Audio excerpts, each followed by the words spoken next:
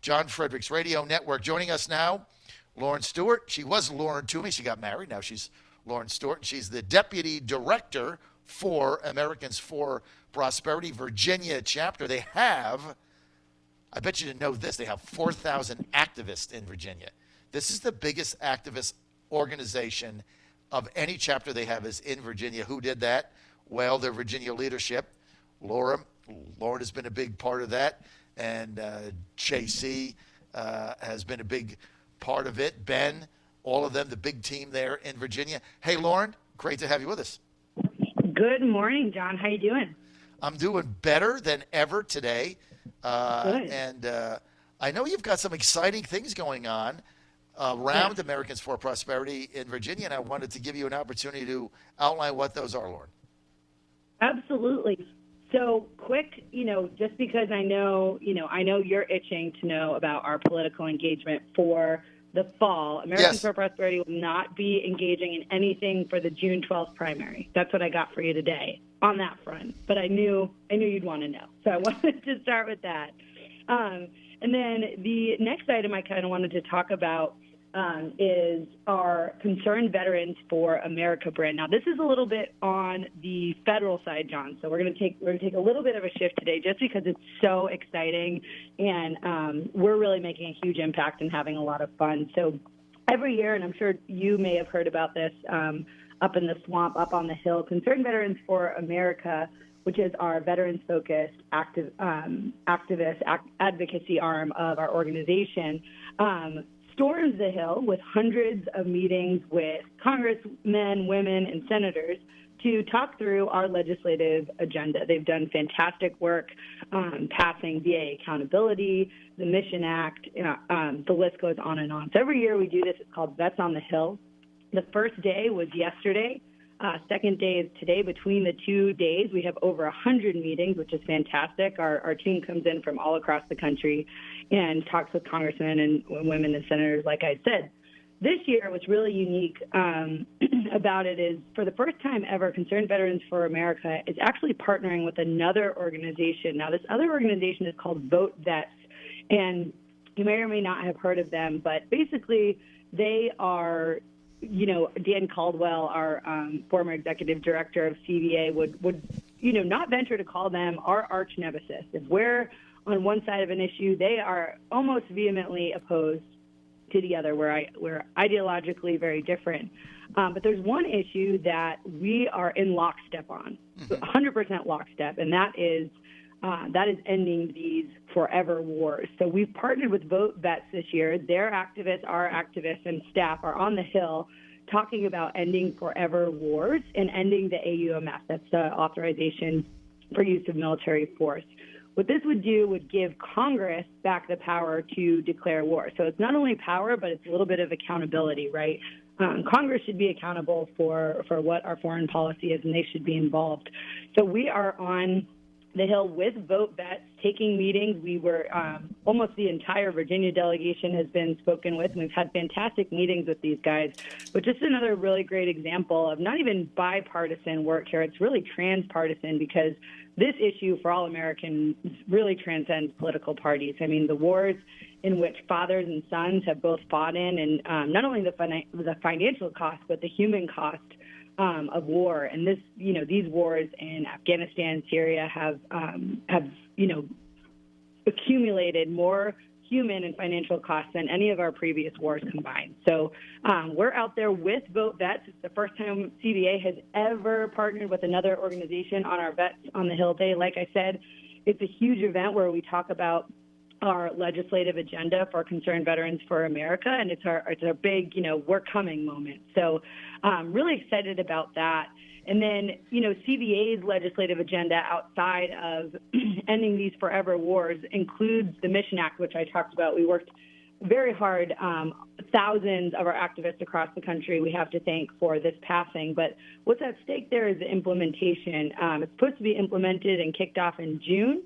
And as the law is written, and there's a little bit of an effort to kind of chip away at that. So we want to make sure it's implemented as intended and gives veterans the most choices possible to get the care they need and deserve as it was written in the law. So definitely have an eye on that. And in our foreign policy, again, in lockstep with Vote Vets on ending involvement in forever wars and restoring some constitutional, quite frankly, responsibilities to Congress.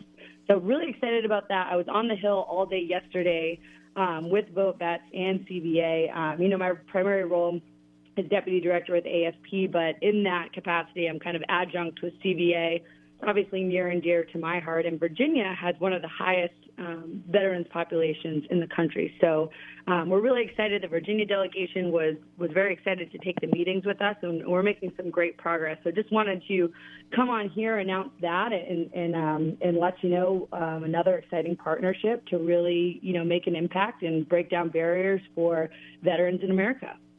I love, Lauren, what you're doing with CVA and Vote Vets, and it's great when you can come together with an organization like Vote Vets that you're not ideologically aligned with on the whole, but you have right. one issue. And of course, this is an issue near and dear to my heart. I am opposed to all of these wars, interventions that we've had. For instance, I think the saber rattling in Iran has been very troubling. The fiasco in Venezuela.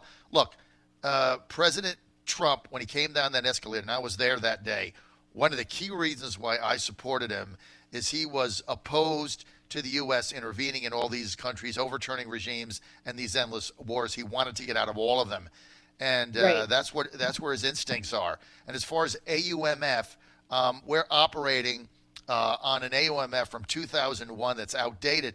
And the reason we're doing that, every time this has come up to Congress for a vote, somebody has buried it in rules at midnight or something, so it never gets to the floor. Because Congress doesn't want the accountability of having to debate these things and make a vote, so they just leave it up to the executive branch, basically.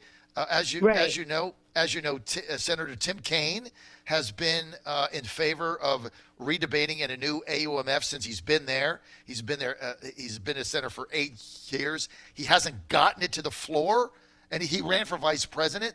We had Mark Warner on our show the other day. He's now done a 180. He was not for re-looking at it. Now he is. Right.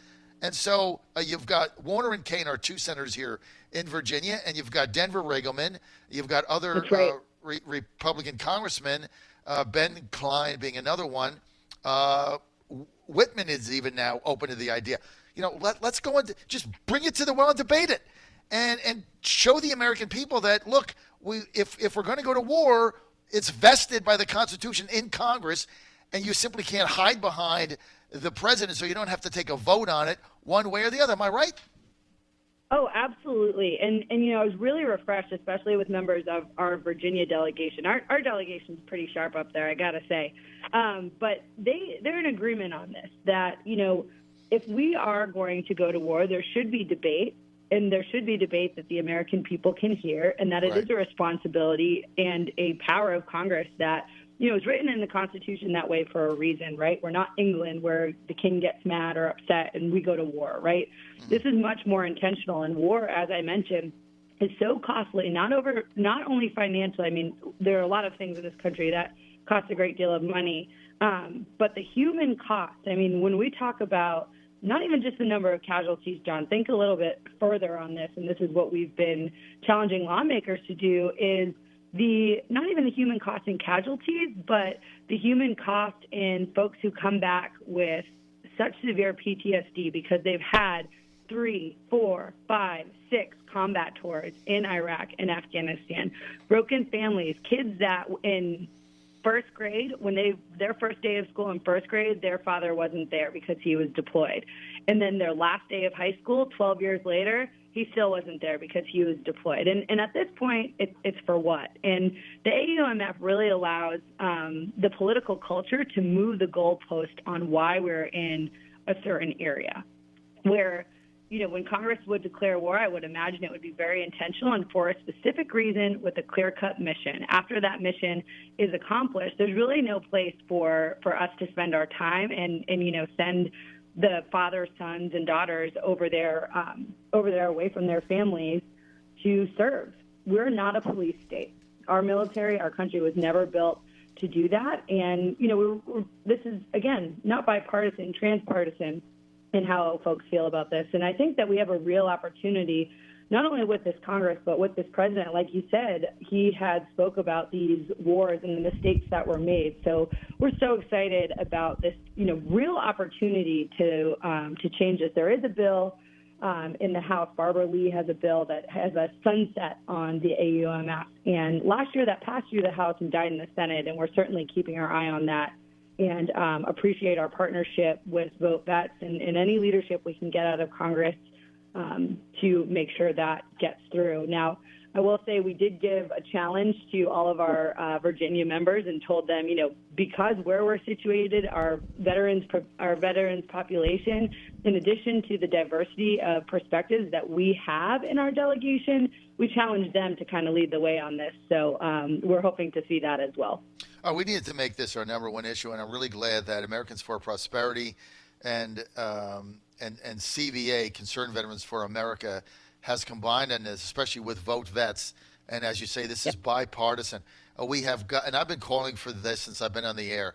Then my 9th year, I've been a one-man band here calling for a new vote on AUMF, and I can't get it done. I've had Barbara Lee on my show, 3 times? Sure. And bless his heart, bless his soul, one of our biggest allies in this, Congressman Walter Jones from North Carolina. I cover his district, passed away, as you know, in January, and he was our biggest ally on it, and great man, great leader, and he represented Camp Lejeune. And when you would go to his office, as I would visit him, Lauren, when he was still with us on this earth, he had every picture of every soldier that went to Camp Lejeune who died in one of these foreign wars. He had it on his wall, his picture and his name. And he said, every day I go to my office, I never want to forget those that have died in these wars. And so we have got to get this done. And, what's annoying to me is they won't even bring it to the floor for a debate because they don't want to debate it, because they don't want the accountability of it. And so you have these meetings, you get them on the air, and then, the last time I had Barbara Lee on, she got her bill through appropriations. She had to jam it through appropriations. She got it done, and then Paul Ryan at midnight dumped it in rules where it could die a slow death. That's what they do up here. It's very annoying. And That's right. It's sick. It is an accountability factor, where I think, I like to think, and we were talking actually with Congresswoman Abigail Spanberger, who I'm sure our organization worked against her to elect Dave Bratt in that district. And I will say she was, one of our best meetings in saying that, if you go to Congress and you are not ready to make a decision whether or not to send someone's son, daughter, husband, or wife to war, then you shouldn't be here. This is our responsibility.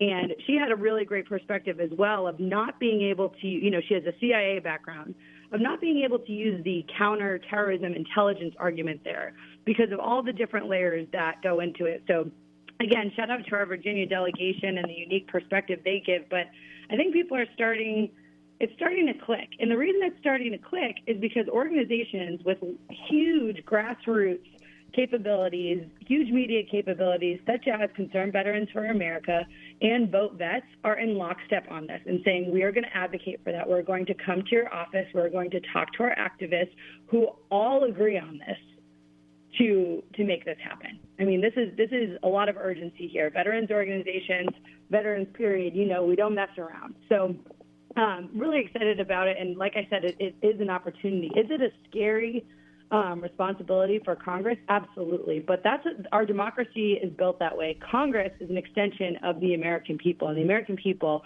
should have a chance to voice and hear the debate on wars. It's in the Constitution that way for a reason. Well, Congress should be in charge of it and stop skirting the responsibility. Right. And look, I love what you're doing here, Lauren, especially when you work over the aisle and you can get together with people. And you bring up a great point, because this is what I do, and I have this saying: as soon as it's election day midnight, I turn the page. Okay, so both of us worked against Abigail Spanberger. Both of us were for Dave Bratt, your organization, and me. I had Dave on my show every day every Monday for a 6-year period.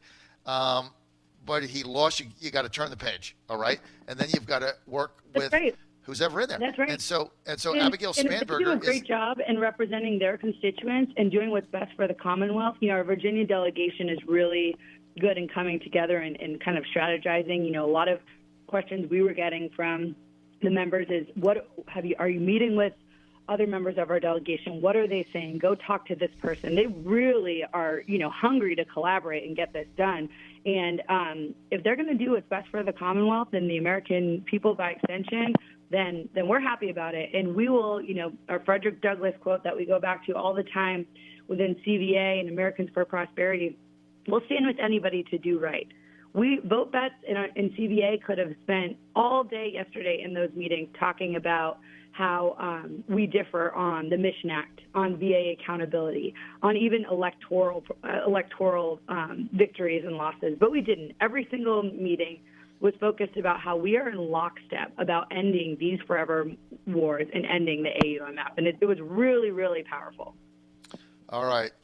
Lauren, when you can get Americans for Prosperity, CVA, which is your sister organization, Concerned Veterans for America, Vote Vets, and the John Fredericks Show, all on the same page at the same time with the same issue, you got something going in Virginia. And so that's a good point. I didn't think of that. I mean, think about the coalition of these four groups.